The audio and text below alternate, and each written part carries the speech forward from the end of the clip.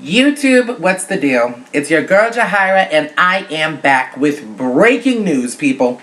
So, you know that we've been following this Eddie Long dilemma for the longest time now, no pun intended. Well, people, it appears that it has come to a close.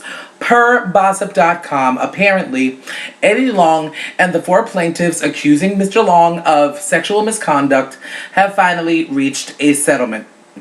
There was a little blurb back, I think about 3 weeks ago, said that was saying that at that point they were, having some arguments, some disagreements, and that they may be taking it to trial. But apparently all of that has been resolved. And by close of business tomorrow, this situation should be over and done with. What's unfortunate about the whole thing, there's a couple things unfortunate about the whole thing, but what's unfortunate about this particular aspect of the whole thing is that it seems that we will never know what the going rate is these days for shutting four grown men up. Yes, people, it would appear that the terms of the settlement and the amount of the settlement will never be known by us. So, I guess my whole point is, what now? What happens now? I can't speak to, the good people of New Birth, the well-intentioned people of New Birth. And I know that Cadillac Kimberly put this story really on the map, and obviously, once again, I just have to say, shouts to her for making this happen in the way that she did. But what now? What do we do now? Because one thing that was made very, very clear, and per, I believe, AJC.com, BJ Bernstein, who represented the four plaintiffs, confirmed that the lawsuits had been settled, and said that neither she nor her four plaintiffs, Maurice Robinson, Jamal Paris, Anthony Flagg, Spencer LeGrand, would be available for an interview on this matter either now or in the future. So this basically boils down to what I said before. They've been silenced. The gag order is in place, and we will never know the specifics. But really, more than anything else, I just want to talk to the people of New Birth for a second. And it's not, I'm not here to gloat. I think that enough of that has been done. Because at the end of the day, whether you believe Eddie Long is innocent or not, on either end of the spectrum, a tragedy has occurred here. But again, I have to come back to my original point from months ago. A grown man accused of something like this by four different people who is not guilty. I cannot justify in my head why they would not be fighting tooth and nail, to scream to the rooftops that they're not guilty.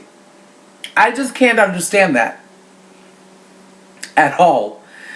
So here we are. The terms of the settlement will never be disclosed. The number will never be disclosed, and we will never hear from these four men again regarding this issue. At least, to the best of my knowledge, we won't. So come Sunday morning, are you still going to show up? And if so, why?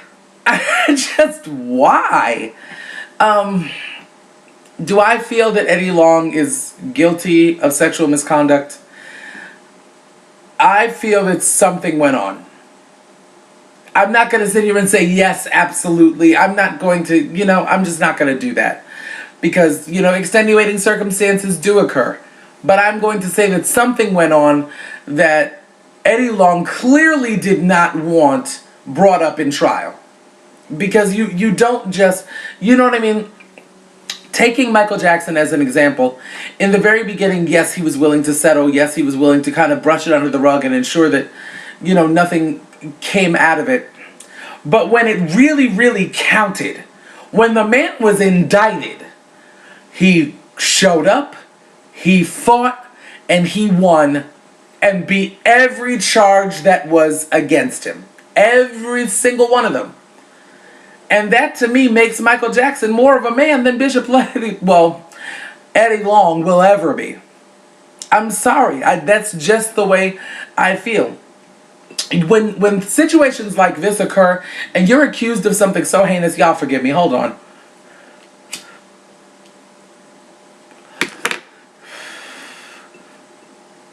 You may be standing in that courtroom by yourself. You may be standing before that judge by yourself, but you are representing your wife, you're representing your children, and you're representing hundreds upon hundreds, if not thousands, of congregation members. And being a person in the position that you are, you're representing yourself as a man of God. And if we got to take it all the way to the Bible, shoot, you shall know the truth and the truth shall make you free. The truth shall make you free. Or the truth shall set you free, depending on which version you're looking at. I mean, but I just can't. I'm sitting here and really what's going through my head is, how well is this man going to sleep tonight? I mean, is it a sigh of relief that it's all over? Or is it trepidation in the knowledge that in some ways it's only just begun? Because by taking the course of action that he chose to take, people, what he set in motion is a lifetime of distrust, a lifetime of being questioned. Is the money and the fame and the titles so important to you that you wouldn't risk the possibility of walking into trial and losing for fear that, all of the worldly accoutrements you seem to have accumulated be taken away? Whatsoever do a man profit if he gains the whole world only to lose his soul? There's the question of the hour, y'all. I don't know. What I feel badly for kind of the most in this entire situation, or who I feel badly for, are the people of New Birth. And I'm not going to say that, the anointing there was false. I've never been to New Birth. I've never experienced service at New Birth. I'm not going to say that the anointing was false. I'm not going to say that what they felt wasn't real. But my personal opinion is who they were feeling it through is not real. Who they were feeling it through is nowhere near a man of God. Because a man stands up and handles business. A man is going to ride this thing out to the very end if that man is truly innocent. And I'm just not buying it. I'm not buying it at all. I'm just not buying it. And now the situation is so dire that the world is not buying it. They're just not. And if you are, you've got a nasty case of Stockholm Syndrome, and I'm going to be praying for you. I would rather, go all the way in any given situation and land on my butt than sweep something under the rug and forever be stigmatized as the person who could have committed such an act. And made the terms of this settlement so airtight that we'll spend the rest of our days with regard to this issue in speculation as to what actually happened. I just can't get with that. It could never be me. And chances are I don't think it could ever be you. But with that being said, I am looking to hear your thoughts on this because we've come to the end of this particular road. So, if you stand for Eddie Long, there's no condemnation here. There really isn't. I'd actually be more interested in what you have to say than you might realize, because I know that, the comments and the messages that, of course he was guilty. He's guilty all this time. You would have to be blind not to see that. I know they're coming. I'm looking to hear from somebody who sincerely believes this, and why they believe that, he's justified in allowing this thing to go out with a whisper instead of a bang. Because frankly, I've never lost anything in my life that I can't get back. You understand what I'm saying? In some way or another, I've never, you know what I mean? No money, no place of residence, no job, you know what I mean?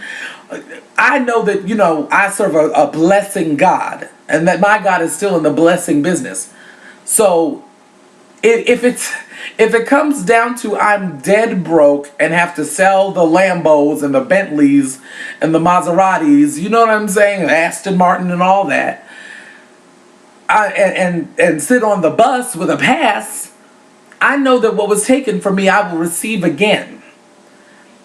But I don't think that me and Eddie share that same mentality. And if we did, there'd be no reason for him to do something like this. Unless something happened that he didn't want the world to know about. So, YouTube, let's make it do what it do. Let's talk. I'm all ears. And with that being said, one love.